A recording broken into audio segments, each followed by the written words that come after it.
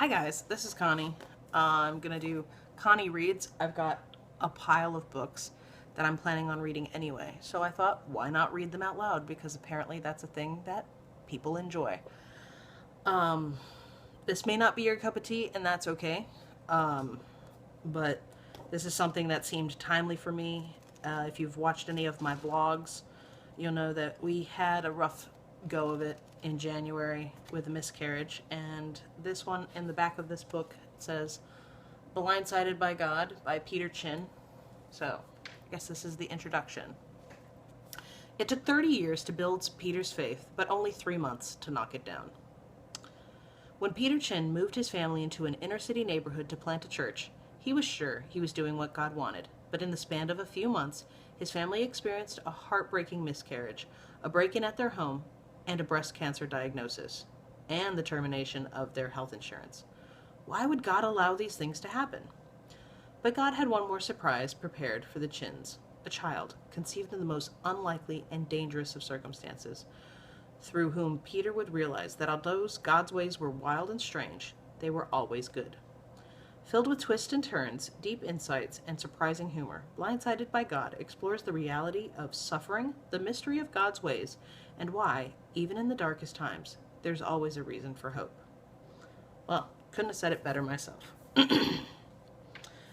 So, the underlying here says, Peter Chin's Blindsided by God, disappointment, suffering, and the untamable goodness of God. And a big thank you to my friend Maria, who bought me this book. For Connie with love, Maria. Yay.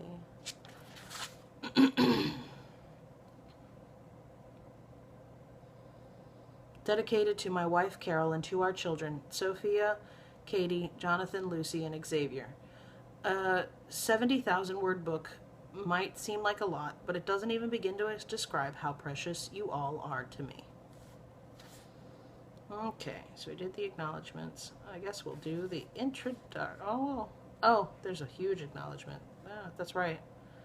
Pages, pages, pages, pages. Okay. That's where the time will pass. I've never actually done the acknowledgments before, so let's just skip to the introduction. Is this it? I thought to myself. I sat in my front row chair, elbows on my knees, pretending to be in deep thought and prayer, an old pastor's trick.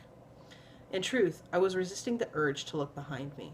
After 20 seconds of courageous resistance, I finally succumbed and stole a glance backward at the congregation. Oh man, is this it? 10 people? I took out my phone to check the time. 10:35 a.m.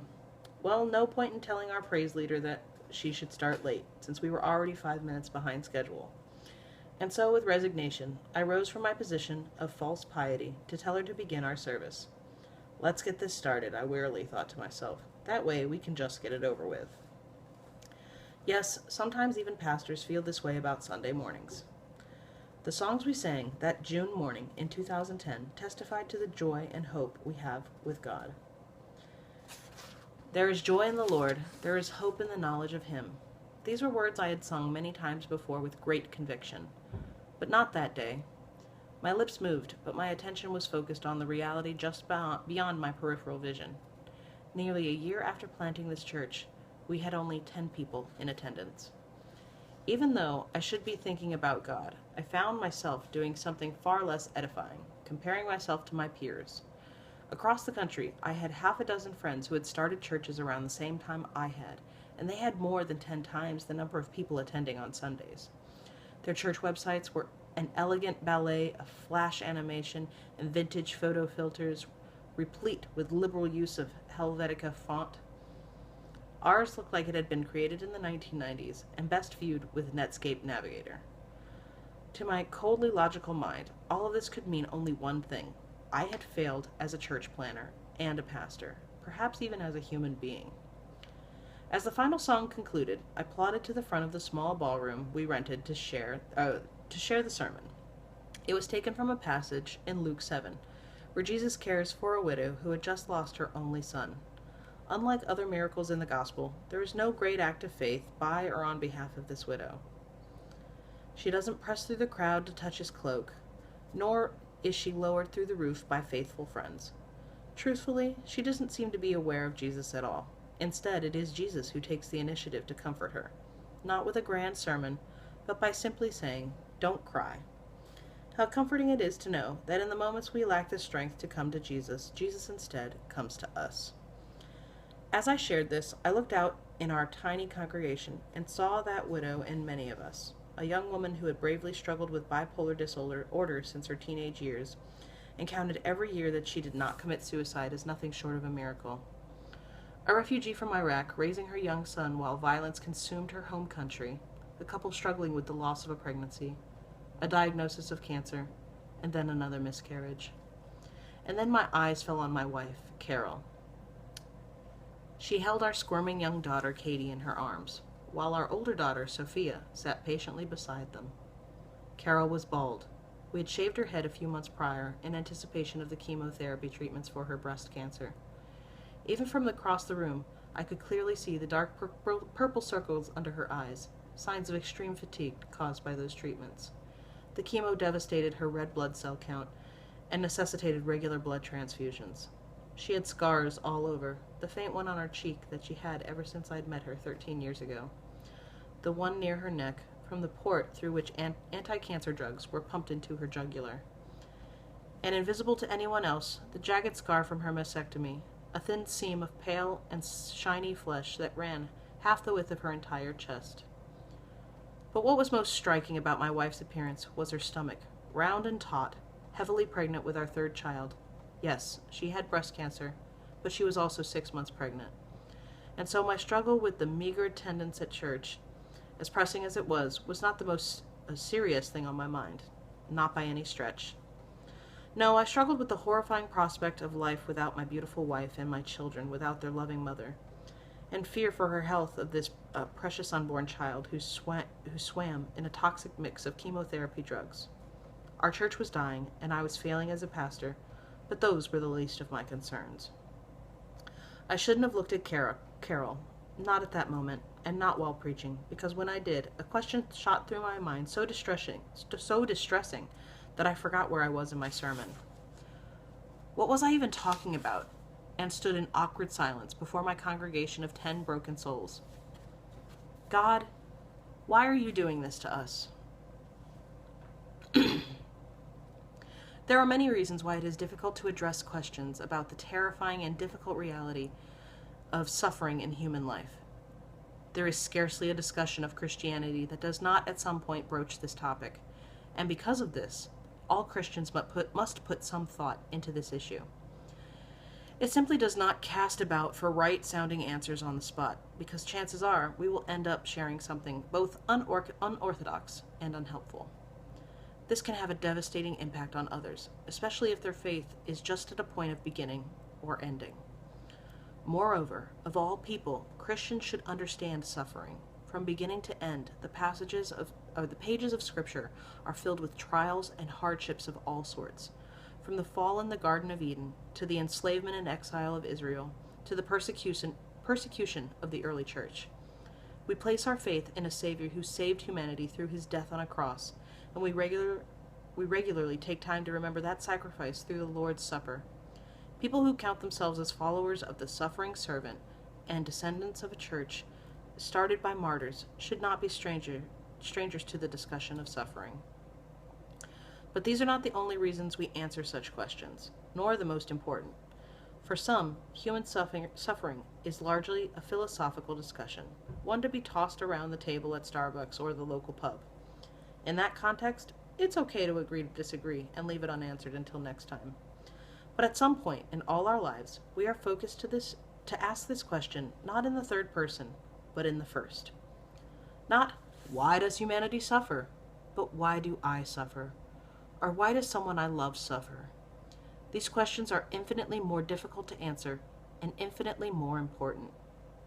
In those moments, the subject of pain and disappointment ceases to be theological and abstract.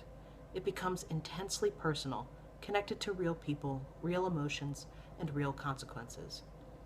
It cannot be shelved or tabled for later. It rejects simplistic or superficial explanation.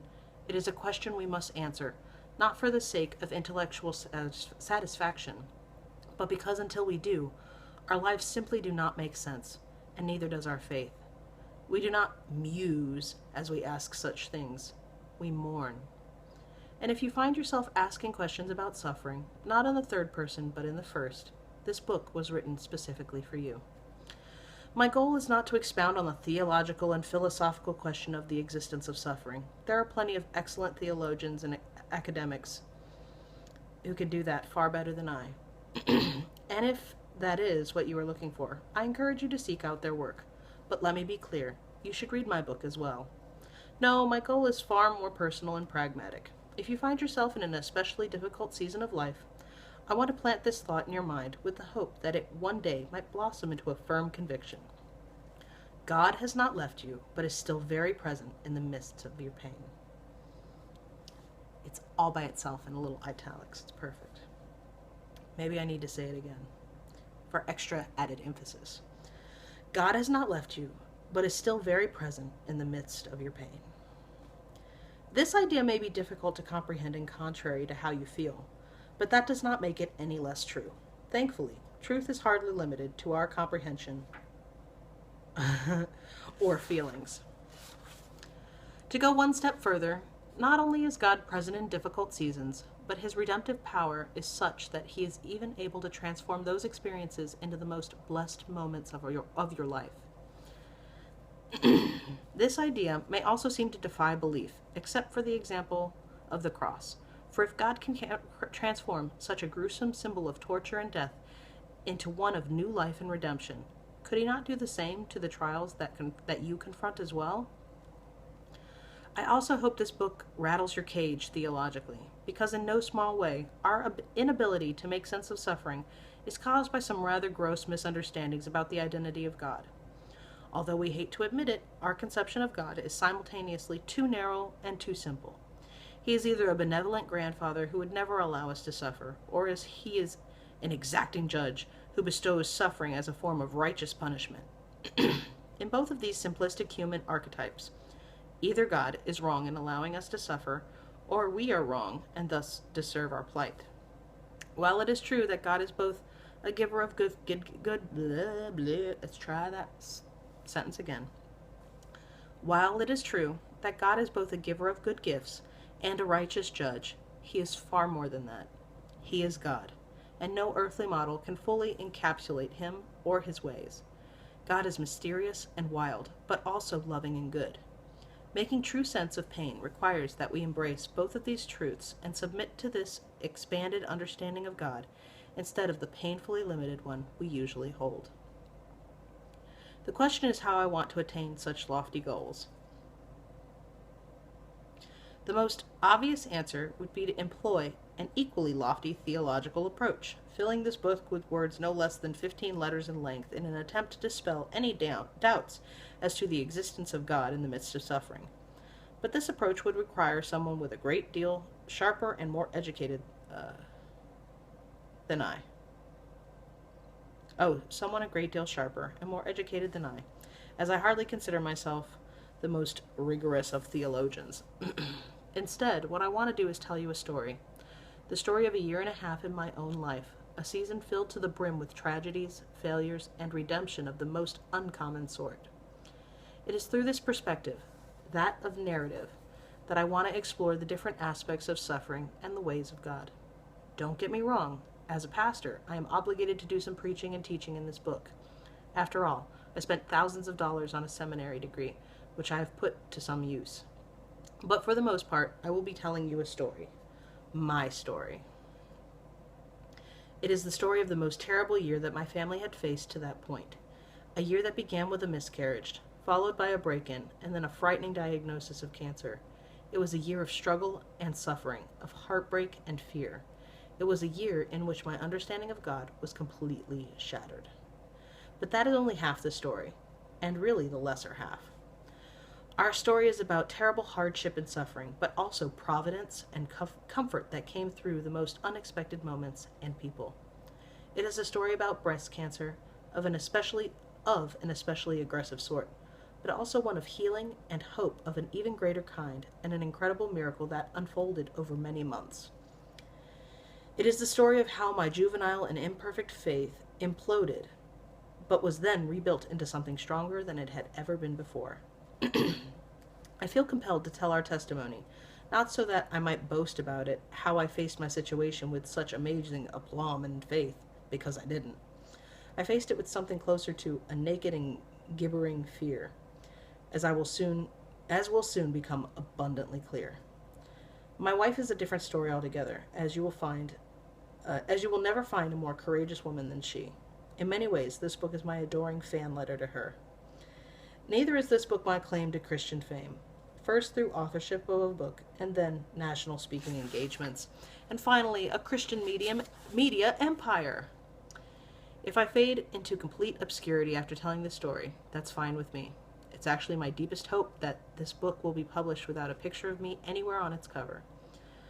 But if absolutely necessary, preferably one from the late 1990s, as the last decade has not been particularly kind to me in the cover photo sense. What compels me to tell this story is that at its very heart, this is a story about God. It's a story about how I discovered that even in the darkest and most discouraging moments of our lives, God does not abandon us. Instead, He is mysteriously and constantly at work, wending all things to the good of those who love Him. This story is truly God's, and mine only in the sense that I had the opportunity to witness it firsthand. And like any good story, ours starts at the beginning. And that's the end of the introduction. Awesome. I think it's going to be a good book. If you like it, let me know. If you don't like it, don't be a troll in the comments. Be careful with that and enjoy. Please and thank you. I'll see you next time. Bye.